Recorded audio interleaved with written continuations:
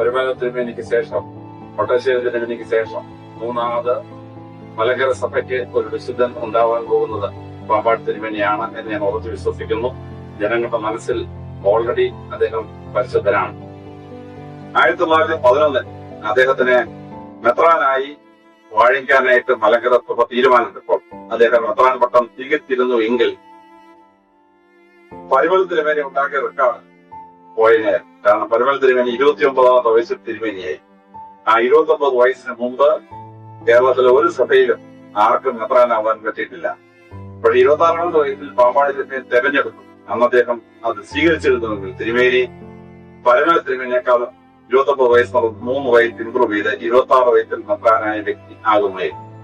പക്ഷെ തന്റെ എളിമയും തന്റെ ഭക്തിയും അദ്ദേഹത്തെ ആ മെത്രാൻ സ്ഥാനത്തേക്ക് ഉയരാൻ സമ്മതിക്കാതിരിക്കുന്നത് കാരണം അദ്ദേഹം അത് സ്വീകരിച്ചില്ല. പിന്നീട് 18 വർഷങ്ങൾക്ക് ശേഷമാണ് 1929 മെത്രാൻ പട്ടം പാമ്പാടി തിരുമേനി സ്വീകരിച്ചത്. പാമ്പാടി തിരുമേനി മരിച്ച ശേഷം അദ്ദേഹത്തിന്റെ മുഴുവൻ ബിലോങ്ങിങ്സോടെ കൂട്ടിയ ഒരു മേസ്പൊത്ത് വെക്കാനുള്ള സാധനം മാറിണ്ടായിരുന്നു. ഇങ്ങനെ ഒരു മഹാനായ തിരുമേനി പ്രശ്നം വേൾഡിൽ നമ്മുടെ ഇടയിൽ ഉണ്ടായിരുന്നു. എന്നാൽ വരും തലമുറകൾക്ക് ഒരുപക്ഷെ അവിശ്വസനീയമായി തോന്നാം.